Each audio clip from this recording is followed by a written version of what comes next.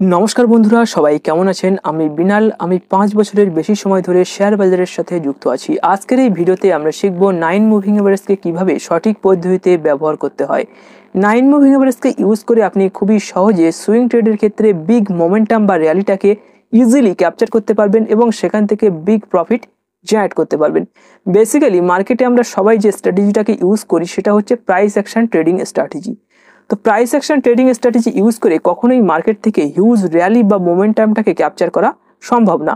সেখানে আমরা কি করি, সেখানে আমরা বেসিক্যালি সাপোর্ট বা রেজিস্ট্যান্স অনুযায়ী মার্কেট থেকে এক্সিট নিয়ে নিই। তো সেখানে প্রাইস অ্যাকশনের সাহায্যে যখন আমরা ট্রেড করছি সেটার সাথে আমরা যদি 9 মুভিং এভারেজটাকে ইউজ করি, মানে কম্বিনেশন করি প্রাইস অ্যাকশনের সাথে 9 মুভিং এভারেজকে, সেখানে কিন্তু আমরা হিউজ র্যালি বা মোমেন্টামটাকে খুবই ইজিলি ক্যাপচার করতে পারবো। তাছাড়া স্টপ লসটাকেও কিন্তু খুবই সহজে ট্রায়ালও করতে পারবো। তো আজকের এই ভিডিওতে আমরা শিখবো 9 মুভিং এভারেজকে ইউজ করে কিভাবে হিউজ র্যালি বা মোমেন্টামটাকে মার্কেট থেকে ক্যাপচার করা যায়। তো আসুন দেরি না করে আজকের ভিডিওটি শুরু করি। তো আমি এখানে tradingview.com এর উপরে চলে এসেছি, আপনি tradingview.com এর উপরে চলে আসতে পারেন। তাছাড়া আপনার কাছে যে ব্রোকার ফার্ম রয়েছে সেখানেও কিন্তু আপনি এটিকে ইজিলি অ্যাক্সেস করতে পারবেন। বাংলাদেশ থেকেও যদি আপনি দেখে থাকেন সেখানেও কিন্তু আপনি এগুলো ইজিলি অ্যাক্সেস করতে পারবেন। তো এটি বেসিক্যালি আপনি ক্রিপ্টোকারেন্সি, স্টক, ফরেক্স সব জায়গায় ইজিলি ইউজ করতে পারবেন। সুইং ট্রেড মানে শর্ট টার্ম বা মিড টার্ম বা পজিশনাল ট্রেডের ক্ষেত্রে কিন্তু আপনি এটিকে ইজিলি ইউজ করতে পারবেন। তো এখানে প্রথমে কি করতে হবে, প্রথমে এখানে এসে চার্টের উপরে চলে আসবেন। এসে এখানে ইন্ডিকেটর যে অপশন রয়েছে ইন্ডিকেটর উপরে সিম্পলি একবার ক্লিক করবেন। ইন্ডিকেটর উপরে ক্লিক করার পর আপনার সামনে সার্চ বার চলে আসবে। সার্চ বারে গিয়ে আপনি এখানে সার্চ করবেন মুভিং এভারেজ। তো মুভিং এভারেজ সার্চ করলে আপনার সামনে তিন ধরনের মুভিং এভারেজ কিন্তু একটা জায়গায় এক রকম দেখায়, যেটা আমি লক্ষ্য করেছি নিজে। কোনো জায়গায় এটা সিম্পল মুভিং এভারেজ লেখা রয়েছে, আবার কোনো জায়গায় SMA লেখা রয়েছে, আবার কোনো জায়গায় এটা মুভিং এভারেজ সিম্পল লেখা রয়েছে, আবার কোনো জায়গায় এটা অনলি মুভিং এভারেজ লেখা রয়েছে। তো এই যে অনলি মুভিং এভারেজ বা মুভিং এভারেজ সিম্পল বা SMA এটাকেই কিন্তু আমরা ইউজ করব। এটির উপরে সিম্পলি একবার ক্লিক করবেন। এটার উপরে ক্লিক করার পর আপনার সামনে চার্টের উপরে কিন্তু এটা অ্যাপ্লাই হয়ে যাবে। এবার কি করবেন, এবার আপনার যদি মনে হয় যে এর কালার বা থিকনেসটাকে একটু পরিবর্তন করব, তাহলে লেফট হ্যান্ড সাইডে চলে আসবেন। সেটিং যে আইকন রয়েছে এটার উপরে একবার ক্লিক করবেন। স্টাইলের উপরে চলে আসবেন। এখানে দেখবেন যে কালার রয়েছে, কালার উপরে একবার ক্লিক করবেন। করে কিন্তু এখানে আপনি কালারটাকে চেঞ্জ করতে পারেন এবং এখানে যে থিকনেস রয়েছে, তো এখানে মোটা রাখতে চাইলে মোটা রাখতে পারেন এবং যদি আপনি সরু করতে চান সেটাও কিন্তু আপনি এখানে করতে পারেন। তারপর এখানে ওকের পরে ক্লিক করে দেবেন। এখানে কিন্তু মুভিং এভারেজ অ্যাটাচ হয়ে গিয়েছে। তো এখানে কিছু ক্রাইটেরিয়া রয়েছে, আসুন জেনে নিই কি ক্রাইটেরিয়া এখানে রয়েছে। তো প্রথমে আগে মার্কেটের যে ডাইরেকশন সেটা কিন্তু আপনাকে প্রথমে আইডেন্টিফাই করতে হবে। তো তার জন্য আপনি 20 মুভিং এভারেজ অথবা 50 মুভিং এভারেজ ইউজ করে দেখে নেবেন যে মার্কেটের যে ট্রেন্ড রয়েছে, স্টকটির যে ট্রেন্ডটা রয়েছে সেই ট্রেন্ডটা কোন দিকে রয়েছে। যদি আপ ট্রেন্ডে হয় সেক্ষেত্রে কিন্তু আপনি এটি ইউজ করবেন। তো ডাউন ট্রেন্ডের ক্ষেত্রে এটি বেসিক্যালি আমরা ফিউচার বা ক্রিপ্টোকারেন্সি মার্কেটে ইউজ করতে পারি বা ফরেক্স ইউজ করতে পারি। আর যদি আপনি স্টকের উপরে করতে চান তো অনলি আপ ট্রেন্ডে কিন্তু আপনি এটা করতে পারেন। ফিউচারে গেলে সেটা আলাদা ব্যাপার, সেখানে আপনি শর্ট করতে পারেন বা ডাউন ট্রেন্ডেও করতে পারবেন। তো বেসিক্যালি এখানে ম্যাক্সিমাম লোকজন যারা রয়েছে তারা এখানে বাইং করবে। তো সেক্ষেত্রে কি হবে যে আমাদের ট্রেন্ডটাকে প্রথমে আইডেন্টিফাই করতে, তারপর প্রাইস অ্যাকশনের সাথে কম্বিনেশন করে কিন্তু আমরা এখানে ট্রেডিংটা করব। তো এখানে দেখুন বেসিক্যালি সাপোর্ট এবং রেসিস্ট্যান্স এটা হচ্ছে প্রাইস অ্যাকশনের মেন ফান্ডা এবং ট্রেন্ড লাইন, এগুলো ইউজ করে আমরা ট্রেড করি। তো এখানে প্রাইস অ্যাকশনের সাথে আমরা 9 মুভিং এভারেজকে কীভাবে ইউজ করব সেটি জানার আগে আমরা জেনে নিই যে 9 মুভিং এভারেজ কীভাবে কাজ করে। দেখুন এখানে আমি আপনাদেরকে দেখিয়ে দিই। ধরুন এটা একটা 9 মুভিং এভারেজ, এটা একটা 9 মুভিং এভারেজ। তো আমাদের প্রথম যে ক্রাইটেরিয়া হবে, মানে আমরা যখন এক্সিট করব মার্কেট থেকে, সেক্ষেত্রে আমাদের প্রথম যে ক্রাইটেরিয়া হবে সেটা হচ্ছে 9 মুভিং এভারেজকে ব্রেক ডাউন করে প্রথম ক্যান্ডেলস্টিকটা নিচের দিকে চলে আসবে। তো এটা হচ্ছে আমাদের প্রথম ক্যান্ডেলস্টিক যেটা 9 মুভিং এভারেজকে ব্রেক করে নিচে আসবে। এবং সেকেন্ড ক্যান্ডেলস্টিক যদি এই যে ফার্স্ট ক্যান্ডেলস্টিকের লোটাকে ব্রেক করতে না পারে তাহলে কিন্তু আমরা এক্সিট করব না। আর যদি কোনো কারণে এই যে ক্যান্ডেলস্টিকটা ফার্স্ট যে ক্যান্ডেলস্টিকটা 9 মুভিং এভারেজকে ব্রেক ডাউন করে নিচে এসছে এবং সেকেন্ড ক্যান্ডেলস্টিকটা যদি ফার্স্ট ক্যান্ডেলস্টিকের লোটাকে ব্রেক করে আরও নিচে চলে আসে, মানে এটা এর লো ছিল, এই লোটাকে ব্রেক করে আরও নিচে চলে আসে, সেক্ষেত্রে কিন্তু আমরা মার্কেট থেকে এক্সিটটা এই জায়গায় করে নেব। তো আশা করি আপনি বুঝতে পেরেছেন কিভাবে এক্সিট লেভেলটা হয়। আমি চার্টে অবশ্যই ডিটেলসে দেখাবো এবং কত পার্সেন্ট প্রফিট প্রাইস অ্যাকশন হিসাবে করেছি এবং কত পার্সেন্ট প্রফিট 9 মুভিং এভারেজকে ইউজ করে করেছি সেটা কিন্তু আমরা মেজার করে দেখব। তো এটা হচ্ছে ফার্স্ট আমাদের কাজ, যে 9 মুভিং এভারেজকে ব্রেক করে প্রথমে আমাদেরকে নিচে আসতে হবে। প্রথম যে ক্যান্ডেলস্টিক রয়েছে সেটা 9 মুভিং এভারেজকে ব্রেক করে নিচে আসবে, এবং সেকেন্ড ক্যান্ডেলস্টিক যেটা রয়েছে সেটা হচ্ছে ফার্স্ট যে ক্যান্ডেলস্টিকটা 9 মুভিং এভারেজকে ব্রেক ডাউন করে নিচে আসবে, ওর লোটাকে ব্রেক করে আরও নিচে আসবে সেকেন্ড ক্যান্ডেলস্টিক, তাহলে কিন্তু আমরা এক্সিট করে নেব। তো এটাই হচ্ছে আমাদের বেসিক্যালি স্ট্র্যাটেজি।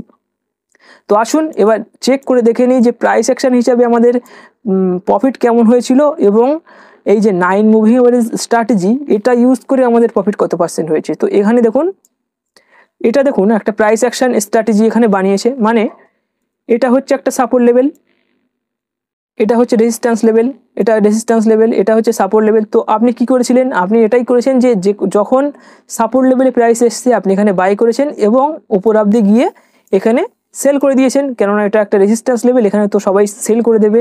তো এখানে কিন্তু আপনি সেল করেছেন। আচ্ছা, তাহলে এখানে কত পার্সেন্ট প্রফিট আপনি করেছেন? তো এখানে যদি আমরা মেজার করি 51% প্রফিট কিন্তু এখানে আপনার হয়েছে, যেটা প্রাইস অ্যাকশন আমাদেরকে দিয়েছে।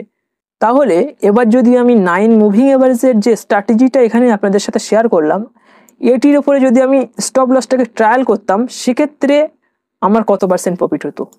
তো দেখুন এই জায়গায় আমরা এন্ট্রি করেছি এবং ওরকম কন্ডিশন আমাদের কিন্তু এই জায়গায় দিয়েছে। তো এখানে আপনি দেখছেন যে 98% কিন্তু প্রফিট এখানে দিয়েছে।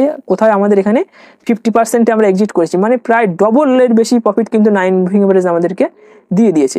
তো এখানে দেখুন কি হয়েছে, আমাদের প্রথম ক্রাইটেরিয়া কি ছিল, প্রথম ক্যান্ডেলস্টিক দেখুন এই জায়গাটায় দেখে অনেকে কনফিউশনে পড়বে, আমি আপনাদেরকে বলে দিই। এখানে দেখুন ফার্স্ট ক্যান্ডেলস্টিকটা 9 মুভিং এভারেজকে ব্রেকডাউন করে নিচে এসছে, বাট সেকেন্ড ক্যান্ডেলস্টিকটা এর উপরে চলে গিয়েছে। এখানে দেখুন ফার্স্ট ক্যান্ডেলস্টিক 9 মুভিং এভারেজকে ব্রেক ডাউন করে নিচে এসছে, সেকেন্ডটা কিন্তু আবার এখানে গ্রিন ক্যান্ডেলস্টিক পড়ে গিয়েছে। তো এখানে কিন্তু স্ট্র্যাটেজি কাজ করেনি, কাজ কোথায় করেছে, এখানে করেছে। ফার্স্ট ক্যান্ডেলস্টিক ক্লোজিং দিতে হবে, ক্যান্ডেলকে কিন্তু লেগ মারলে হবে না, মানে এই যে স্পাইক মেরে দিয়েছে এটা কিন্তু হবে না। ফার্স্ট ক্যান্ডেলস্টিক দেখুন এখানে ক্লোজিংটা করে দিয়েছে, এখানে ক্লোজ করেছে, এবং সেকেন্ড ক্যান্ডেলস্টিক ওর যে লো ছিল, ফার্স্ট এটার যে লোটা ছিল সেটাকেও কিন্তু ব্রেক ডাউন করে আরও নিচে চলে এসছে। তো এক্ষেত্রে আমাদের এক্সিটটা কিন্তু এখানে দিয়েছে, এইসব জায়গায় কিন্তু কোনো এক্সিট দেয়নি। আসুন আরও এক্সাম্পল দেখে নিই, এখানে একটা এক্সাম্পল রয়েছে, আসুন দেখে নিই। তো দেখুন এই জায়গায়, আসুন এই জায়গায় দেখে নিই এই জায়গায় কি হয়েছে। তো এই জায়গায় এটা একটা সাপোর্ট লেভেল, এখান থেকে প্রাইস বাউন্স ব্যাক করেছে, এটা একটা সাপোর্ট লেভেল, দেখুন এটা হচ্ছে একটা সাপোর্ট লেভেল, এটা একটা সাপোর্ট লেভেল, এখান থেকে প্রাইস বারবার বাউন্স ব্যাক করেছে, এটা হচ্ছে রেজিস্ট্যান্স লেভেল, এই জায়গা থেকে প্রাইস রিজেকশন হচ্ছে, এখানে হচ্ছে হেভি পরিমাণ সাপ্লাই জোন রয়েছে। তো এখান থেকে প্রাইস যখন এখানে গিয়েছে, তো প্রাইস অ্যাকশন আমাদের কি বলেছে যে এখান থেকে এক্সিট করে নাও। তো এখানে ম্যাক্সিমাম সবাই এক্সিট করে নেবে প্রাইস অ্যাকশন হিসেবে যারা ট্রেডিং করছে, কিন্তু প্রাইস অ্যাকশনের সাথে যদি আমরা 9MA কে ইউজ করতাম তাহলে আমাদের এক্সিট কোথায় দিয়েছে, আসুন দেখে নিই এর এক্সিটটা কোথায় দিয়েছে। এর এক্সিট এখানে দেখুন, এখানে কি এক্সিট দিয়েছে আমাদের? না, এখানে কিন্তু এক্সিট দেয়নি। 9 মুভিং এভারেজের নিচে কিন্তু ক্লোজিংটা এই ক্যান্ডেলটা দিতে পারিনি, এই ক্যান্ডেলটা দিয়েছে, কিন্তু সেকেন্ড ক্যান্ডেল দেখুন গ্রিন হয়ে গিয়েছে। তো এখানে দেখুন, এখানে এই কন্ডিশনটা কোথায় আমাদের এখানে এসছে, এই জায়গায় কিন্তু এসছে। তো আপনি দেখতে পাচ্ছেন কোথায় এক্সিট করেছিলাম এখানে, আর কোথায় এখানে এক্সিট দিয়েছে এখানে। তাহলে আমরা যদি মেজারমেন্ট করে দেখি তাহলে কিন্তু আপনি এখানে ইজিলি বুঝতে পারবেন যে কত পার্সেন্টের প্রফিট দিয়েছে। এখানে যদি মেজার করি, এখানে এক্সিট করলে আমাদের 29%-এর প্রফিট দিয়েছে, এবং যদি আমরা ওই জায়গায় এক্সিট করতাম, মানে এই যে ফার্স্ট ক্যান্ডেলস্টিক দেখুন মুভিং এভারেজকে ব্রেকডাউন দিয়ে নিচে এসছে, সেকেন্ডটা কিন্তু তার থেকে নিচে লো মেরে দিয়েছে, তাহলে এক্সিটটা আমাদের এই জায়গাটায় হয়েছে। তো 102%-এর, কোথায় 29%, কোথায় 102%। তো আপনি নিশ্চয়ই বুঝতে পারছেন যে 9 মুভিং এভারেজ কীভাবে আমাদেরকে হিউজ র্যালি বা মোমেন্টামটাকে ক্যাপচার করতে হেল্প করে। প্রাইস অ্যাকশন কখনোই কিন্তু আমাদের এরকম ধরনের হেল্প করে না, প্রাইস অ্যাকশন অনলি আমাদের সাপোর্ট রেজিস্ট্যান্স যে মেন জায়গাগুলো রয়েছে সেখানে কিন্তু এন্ট্রি এবং এক্সিট করার জন্য প্রাইস অ্যাকশন আমাদেরকে বলে। তো এটি কি করবেন, আপনি 9 মুভিং এভারেজকে ইউজ করে কিন্তু স্টপ লসটাকে ট্রায়াল করতে পারবেন। যখনই এখান থেকে আবার কিভাবে ট্রায়াল করবেন, দেখুন এইভাবে প্রাইসটা যখন এইভাবে 9 মুভিং এভারেজ থেকে নিচে এসে আবার এইভাবে উপরে যাচ্ছে, তখন আপনি স্টপ লসটাকে এখানে ট্রায়াল করে দেবেন। তারপর আবার যখন একটা রিট্রেস নিচ্ছে, স্টপ লসটাকে আপনি এইভাবে ট্রায়াল করে দেবেন। এইভাবে কিন্তু আপনি স্টপ লসটাকে ট্রায়াল করতে করতে এক একটা সুইংয়ে কিন্তু স্টপ লসটাকে ট্রায়াল করতে যাবেন 9 মুভিং এভারেজ। যেখানে 9 মুভিং এভারেজ এইভাবে ডবল সিগন্যাল, আমাদের যে সিগন্যালটা রয়েছে, ফার্স্ট ক্যান্ডেলটা 9 মুভিং এভারেজের নিচে ক্লোজিং দেবে এবং সেকেন্ড ক্যান্ডেলটা তার থেকে আরও নিচে এসে ক্লোজিং দেবে, তখনই কিন্তু আপনি এক্সিট নেবেন, তার আগে এক্সিট নেবেন না। এইভাবে কিন্তু স্টপ লসটাকে ট্রায়াল করে আপনি মার্কেট থেকে হিউজ প্রফিট খুবই ইজিলি জেনারেট করতে পারবেন। তো আশা করি আপনি বুঝতে পেরেছেন যে 9 মুভিং এভারেজ কীভাবে আমাদের মার্কেট থেকে হিউজ প্রফিট বা র্যালিটাকে ক্যাপচার করতে সাহায্য করে।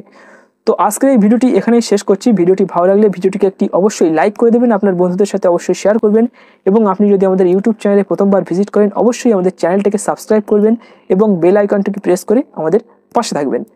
ধন্যবাদ।